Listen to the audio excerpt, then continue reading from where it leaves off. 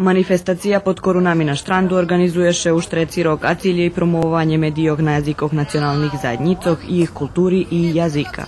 Programa zbohacena z ozmistami u oblasti umetnosti, sportu i zdravih životnih zvyknucoh.